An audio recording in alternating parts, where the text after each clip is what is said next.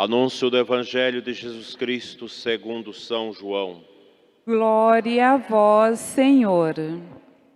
Naquele tempo, Jesus foi para o outro lado do mar da Galileia, também chamado Tiberíades. Uma grande multidão o seguia, porque via os sinais que ele operava a favor dos doentes. Jesus subiu ao monte e sentou-se aí com seus discípulos. Estava próxima a Páscoa, a festa dos judeus. Levantando os olhos e vendo que uma grande multidão estava vindo ao seu encontro, Jesus disse a Filipe: "Onde vamos comprar pão para que eles possam comer?" Disse isso para pô-lo à prova, pois ele mesmo sabia muito bem o que ia fazer. Filipe respondeu: "Nem 200 moedas de prata bastariam para dar um pedaço de pão a cada um." Um dos discípulos, André, o irmão de Simão Pedro, disse: "Está aqui um menino com 5 pães de cevada e 2 peixes. Mas o que é isto para tanta gente?" Jesus disse: "Fazei sentar as pessoas." Havia muita relva naquele lugar, e lá se sentaram aproximadamente 5.000 homens. Jesus tomou os pães, deu graças e distribuiu-os aos que estavam sentados, tanto quanto queriam. E fez o mesmo com os peixes. Quando todos ficaram satisfeitos, Jesus disse aos discípulos: "Recolhei os pedaços que sobraram, para que nada se perca." Recolheram os pedaços e encheram 12 cestos com as sobras dos 5 pães, deixadas pelos que haviam comido. Vendo o sinal que Jesus tinha realizado, aqueles homens exclamaram: "Este é verdadeiramente o profeta, aquele que deve vir ao mundo." Mas quando notou que estavam querendo levá-lo para proclamá-lo rei, Jesus retirou-se de novo, sozinho, para o monte. Palavra da salvação. Glória a vós, Senhor. Amados radiovintes, internautas, irmãos e irmãs, prezadas famílias enlutadas, a nossa igreja possui 2.000 anos da sua instituição da parte de nosso Senhor Jesus Cristo. Por isso a Igreja Católica, ela não é de direito humano, mas sim de direito divino, porque o desejo da instituição da Igreja não veio dos homens, mas do próprio Cristo, Deus e Senhor. Por isso, a Igreja se reveste do direito divino, nasce da vontade do Senhor. E nós sabemos que a Igreja, desde o início, ela foi colocada severamente a provas. Já com Deus, que se manifestou em Cristo, os seus apóstolos, todos foram varridos pelo martírio. Mas a Igreja continuou, porque aquilo que é de Deus, diz Gamaliel, prospera. Aquilo que é dos homens, morrem. Muitas pastorais e até congregações religiosas, iniciativas outras, seminários, muitas coisas já foram criadas na Igreja e todas morreram, porque nasceram da vontade humana.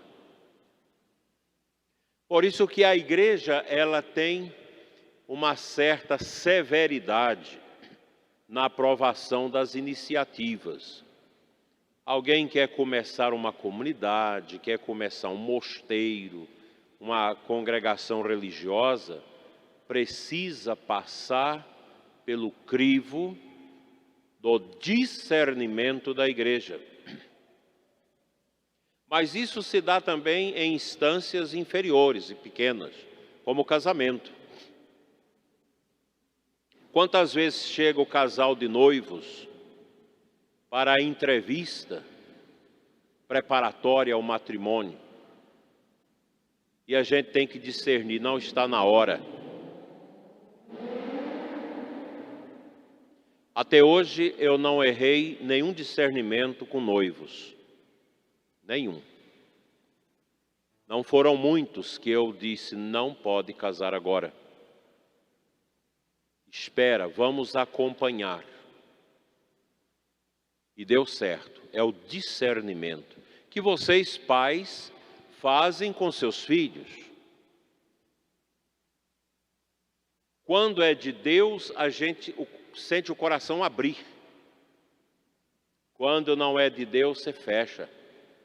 Quem tem unção sabe muito bem fazer esse discernimento. Porque o demônio também, ele instiga as pessoas a fazerem as coisas de Deus, não para obedecer a Deus, mas para obedecer a Ele. Daí que São Paulo diz, olha, preciso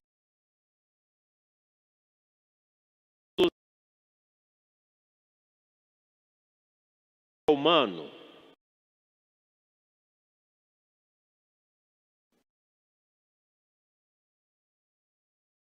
Certo, porque não teve discernimento.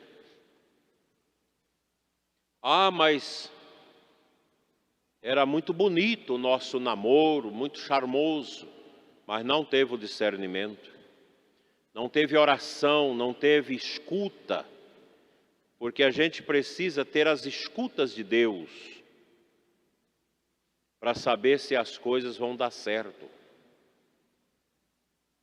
Na diocese, o bispo é o que mais sofre com isso, porque você tem que discernir tudo. Os problemas, como você vai disciplinar uma situação de erro na igreja, como você vai resolver o problema daquela paróquia que está em conflito, daquela comunidade, daquele sacerdote. E nem sempre é fácil discernir segundo a vontade de Deus. Daí que você precisa escutar, rezar de madrugada, pedir as bênçãos de Deus. Se a gente tiver essa paciência do discernimento, nós vamos progredir de forma extraordinária na nossa vida espiritual. Porque grande parte das nossas opções, elas são carnais, são humanas.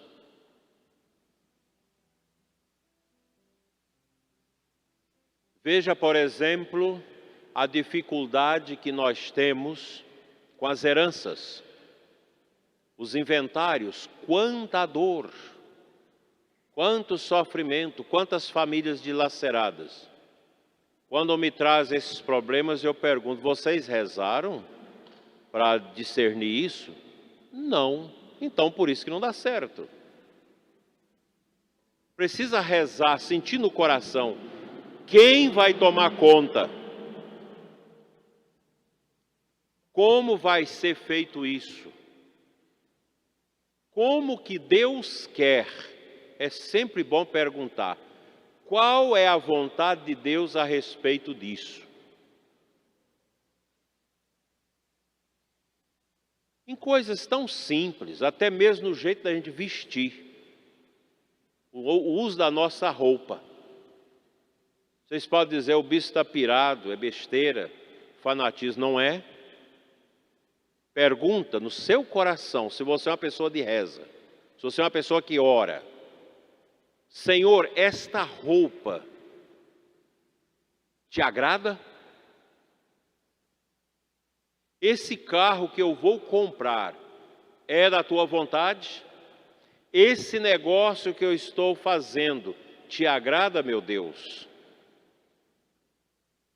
Isso é o discernimento de Gamaliel.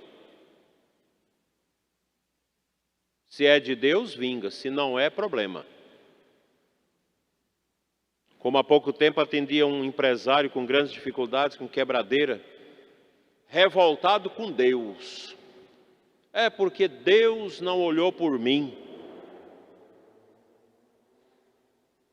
Porque sempre eu ajudei a igreja. Estou sempre na missa. Fez muitas acusações a Deus por estar vivendo uma situação de falência.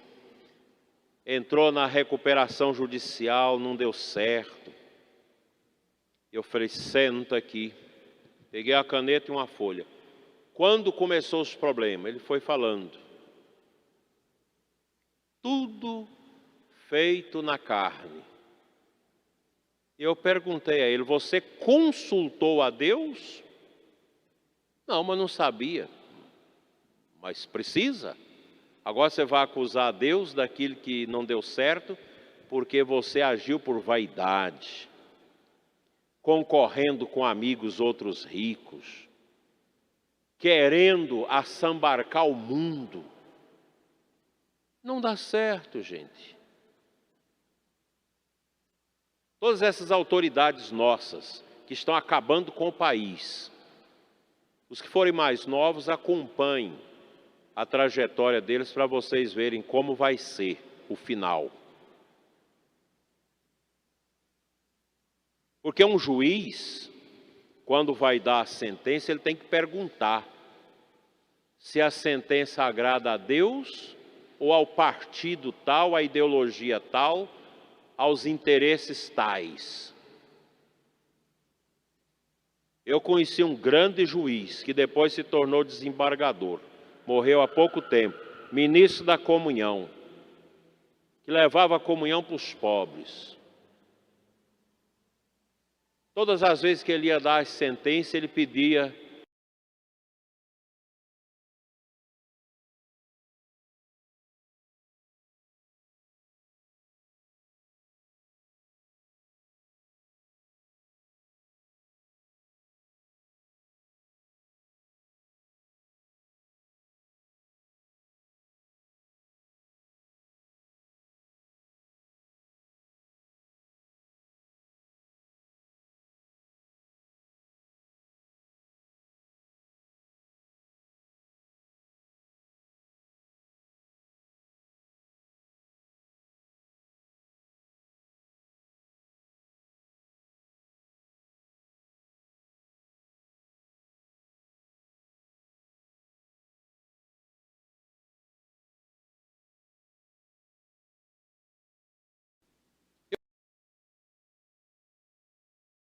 sair à rua,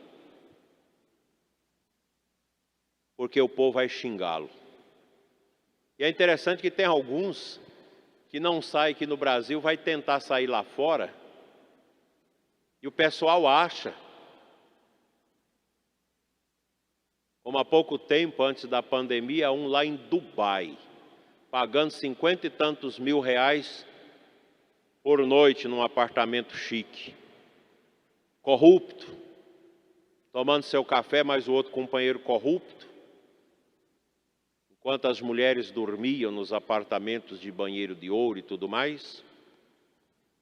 Alguém chegou nele e disse, eu posso estar aqui, porque eu sou um empresário que trabalhou e ganhou dinheiro. Vocês estão aqui comendo o dinheiro da corrupção. E filmando. Como vive essa gente que não tem liberdade para sair à rua, porque o povo cobra as suas desgraças contra o bem e a verdade? A nossa vida deve ser uma permanente preparação para a morte. Hoje vocês que estão aqui para prantear, para chorar a vida dos seus mortos, para rezar pelo descanso eterno deles, a gente tem que entender a morte como uma coisa muito bela, não uma coisa esquisita. Assim como é belo nascer, é belo morrer. A morte já não mata mais. Isso ficou claro para nós na ressurreição de Cristo. Seja como ela vier,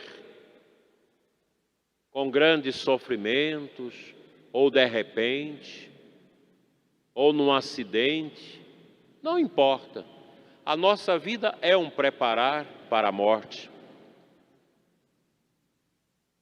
Não há realidade mais certa na nossa existência. E a preparação para o bem morrer se dá através do discernimento. Perguntar sempre: o que Jesus faria no meu lugar? Isso que eu vou fazer, como Jesus faria? Isso é discernimento espiritual.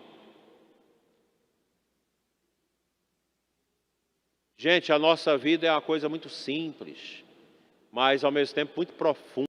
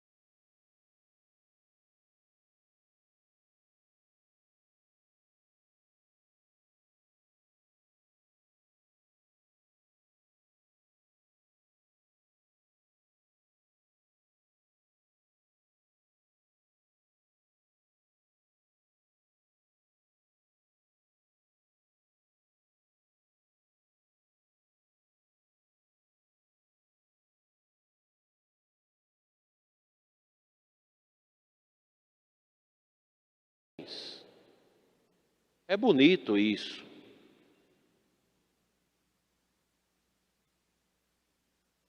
E a maior força que nós temos para nos ajudar no discernimento é o altar, a missa. Quando a gente escuta a narrativa da multiplicação dos pães e dos peixes por Jesus, Jesus alimentando uma multidão faminta, nós já temos aqui um prenúncio da refeição espiritual que ele faria com a instituição do sacramento do seu corpo e do seu sangue, que se nos dá através da consagração das espécies do pão e do vinho consagradas no seu corpo e no seu sangue. Isso é profundo, a Santa Missa. Nós não podemos nunca esquecer isso. A Eucaristia é a minha força nesta caminhada. Tem um médico num hospital do México e ele tira um dia só para levar a comunhão eucarística, como médico, que é ministro da comunhão, para os doentes da ala da peste.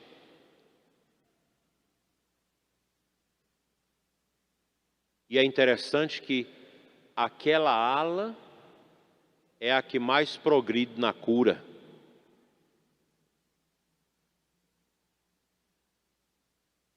Anteontem mesmo, uma pessoa muito agitada, muito sofrida, no oxigênio, com medo de morrer. E alguém disse: passa uma mensagem. E eu fiz uma oração e mandei para a pessoa. Uma oração de entrega, de confiança. Depois o médico disse: nossa, de ontem para hoje houve uma grande melhora. Porque a falta de discernimento machuca. Na partilha com os bispos, na nossa assembleia dessa semana virtual, alguns que tiveram a peste partilhavam, e um dizia que sentiu muito medo da morte. Esteve à beira do caixão. E ele disse que o que alimentou a sua força foi a palavra. Sempre pegava um versículo bíblico de manhã, ficava repetindo, à tarde outro versículo bíblico, acalmando o coração, consagrando a Deus. Venceu a peste. Qualquer um de nós que contraiu o vírus, a primeira coisa é não entrar em desespero. Confiar, entregar a vida a Deus e dizer: fiat voluntas tua, a palavra de Nossa Senhora, faça-se em mim segundo a tua palavra. E se tiver que morrer, a gente morre em paz. O desespero, isso é do diabo. O diabo que vive desesperado, porque não terá salvação. O cristão é um agente da esperança, porque nós temos a Eucaristia, nós temos a força de Cristo. Nada vai nos deter. Assim, meus irmãos, para vocês que hoje choram a partir dos seus entes queridos, vocês que nos assistem, que também sofrem, agora mesmo à tarde estava rezando com uma jovem que perdeu seu namorado, iam casar agora no final do ano, fazendo a casa, uma outra jovem esposa, poucos anos de casamento com a filha, filho pequeno, o marido veio a morrer, gente que a gente acompanhou, que casou. Só tem uma palavra: confiança em Deus. Como uma prima minha que agora à tarde questionava: por que Deus faz isso? Por que isso? Eu falei: não questione a Deus, questiona você. Por que você não está preparada para enfrentar isso? Deus não é culpado de nada.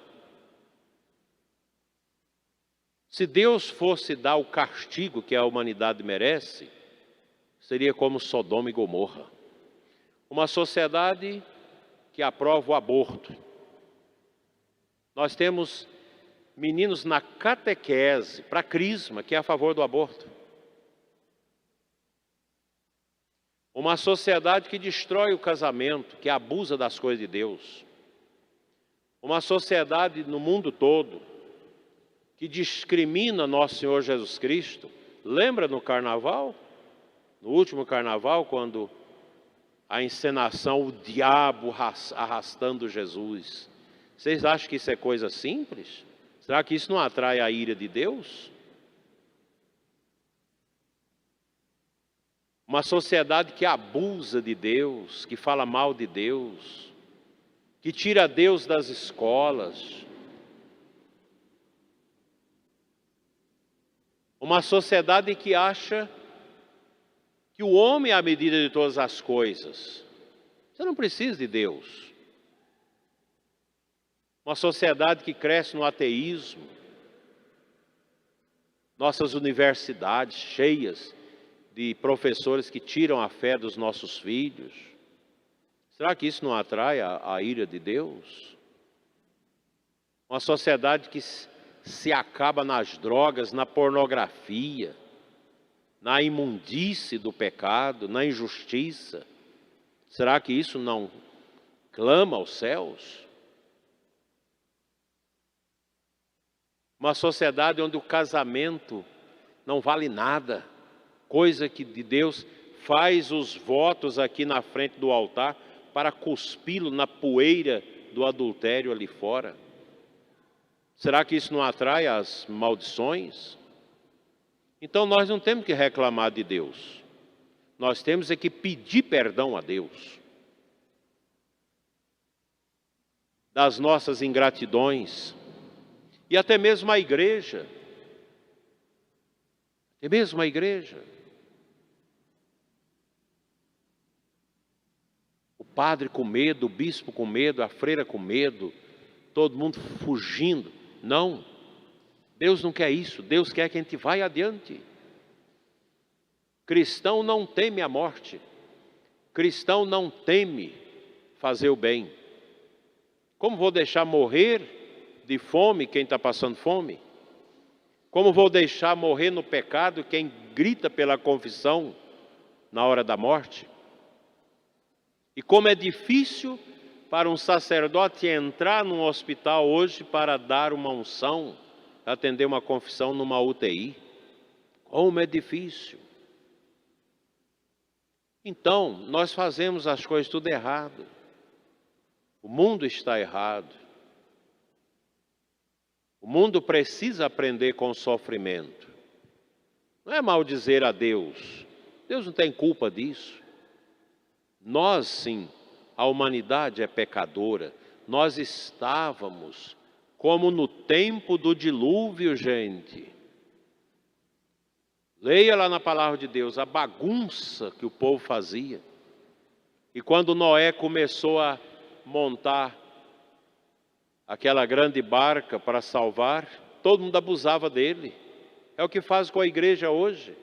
É o que faz com os cristãos. Para que isso? Para que oração? Igreja não enche a barriga de ninguém. Quantos que diz para os filhos que são católicos, muda logo para a igreja, leva seu colchão para lá. Não sei o que você está ganhando de ir para a missa, de rezar. Isso é o que nós temos no mundo hoje, gente. Então agora nós vamos ficar brigando com Deus por causa de peste? Nós temos é que corar de vergonha diante de Deus de todo o pecado da humanidade e pedir: Senhor, misericórdia, mostra-nos o teu rosto de misericórdia, salva-nos, liberta-nos, que a Imaculada nos ajude a atravessar este caminho.